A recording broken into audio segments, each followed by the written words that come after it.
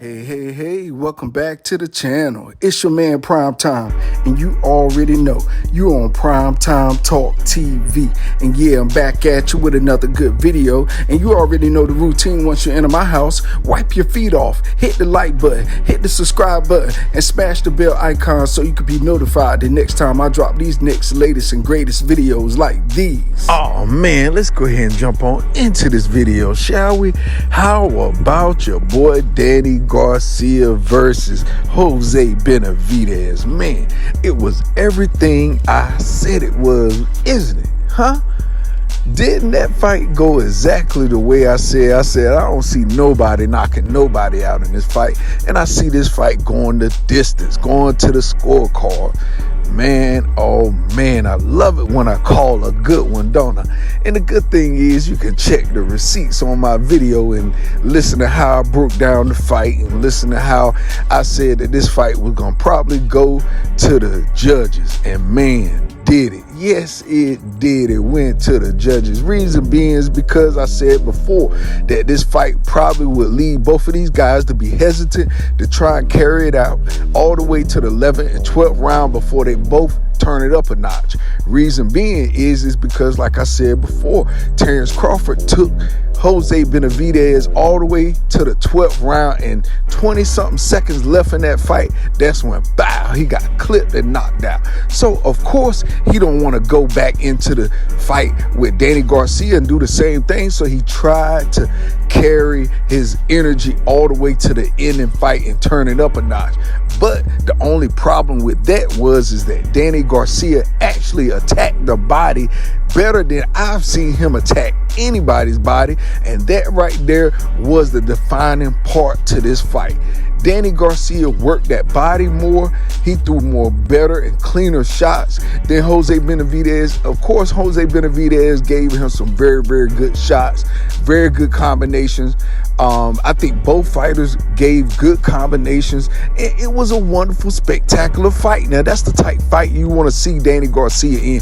And honestly, this was probably the best I've seen Danny Garcia fight in a very, very long time. So that lets you know right then and there that this was the type fight that Danny Garcia needed. That little layoff was good for him and his body and his mental. You talking about a 19-month layoff. A lot of people, even myself, was questioning on how he was going to perform, how he was going to react to getting back into the ring and fighting somebody of Jose Benavidez caliber, because Jose Benavidez was one spectacular opponent for him to go up against after a 19-month layoff. And you know, Jose Benavidez fought last year with Terrence Crawford on a bum knee.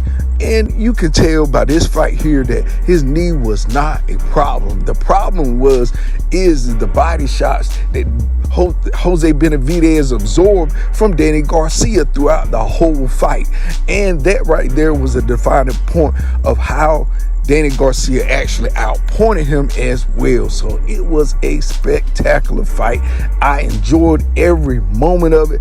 I think that Danny Garcia definitely warrants another top contender. I wouldn't say that he warranted a championship fight out of this. Now, the good thing is you saw somebody talking to the announcer Gray at the end of the fight, your boy Tony Harrison. Yeah, he basically said, look, if you think you're going to get a fight over Charlo over that, then you need to come see me. And hey, I would say that right there would be the defining fight to say Danny Garcia deserves to fight Charlo. Jermell Charlo, that is, the undisputed champion super middleweight. So we definitely gonna sit back, relax, see how all this stuff plays out. It's a lot of different fighters in this division that Danny Garcia could make his opponent to warrant a championship undisputed fight. He could fight the guy that, you know, had to fight Charlo twice, Castana. That would be an awesome fight. You got Harrison. So you got so many fighters in this division, in a stacked super middleweight division, that I believe Danny Garcia can make any fight the next fight to get him that championship fight. So we're going to keep our ears tuned to the sounds of boxing, because I tell you what, boxing is doing real good right now. You got a lot of fighters making good fights right now, fights that you never even expected to see. Fighters getting in the ring with champion fighters, former champion fighters, trying to get back into a title contention fight.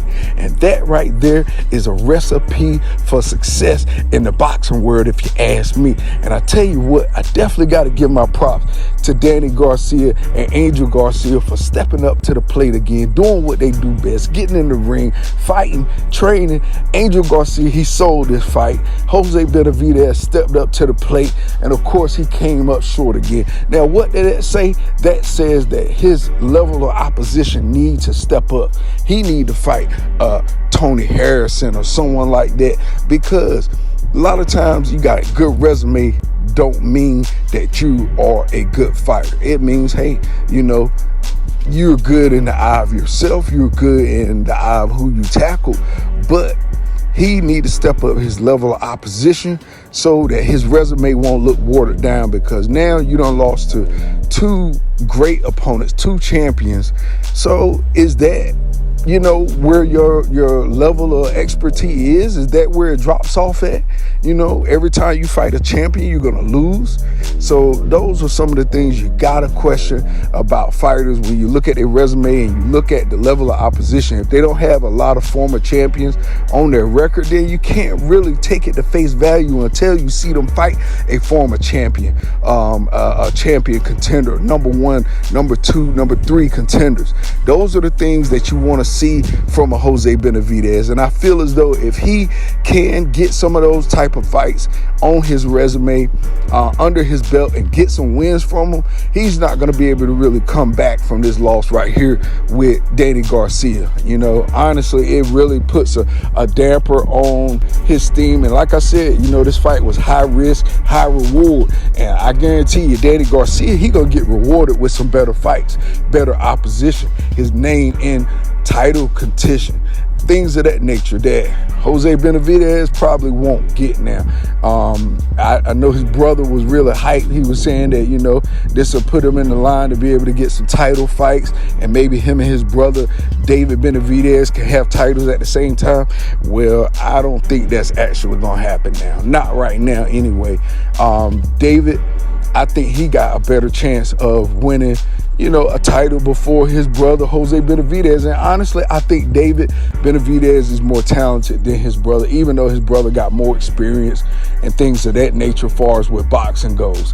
Hey, it don't put no shun on him. It just means that, hey, he's in a harder, you know, he's in a harder category of fighters. You're talking about, you know, a lot of big names in there that Jose Benavidez haven't even touched or scratched the surface of yet. Like I said, he could fight a Castana. He could fight, you know, a Tony Harrison himself. So those are some of the things that you want to kind of look at with a fighter like him, with the experience he has.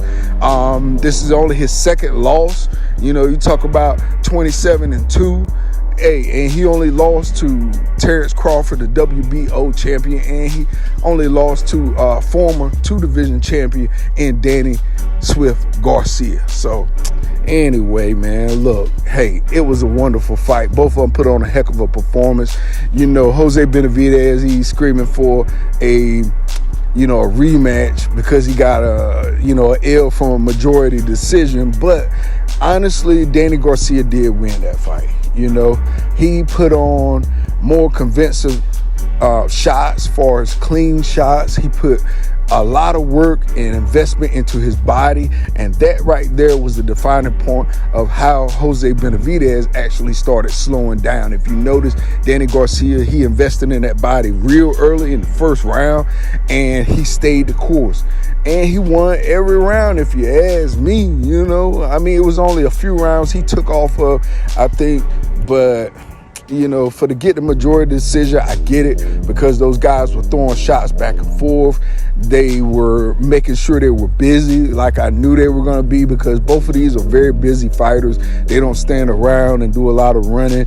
Even though Jose Benavidez said Danny Garcia did some running, he moved, he used his footwork, but he was not, you know, just standing there. He was throwing shots, he was landing, and he was keeping Jose Benavidez at bay. So, hey, Congratulations to Danny Garcia. I'm glad to see him back in a winning position again. I know that win feels good for him. Like Angel Garcia said, the Danny show is back.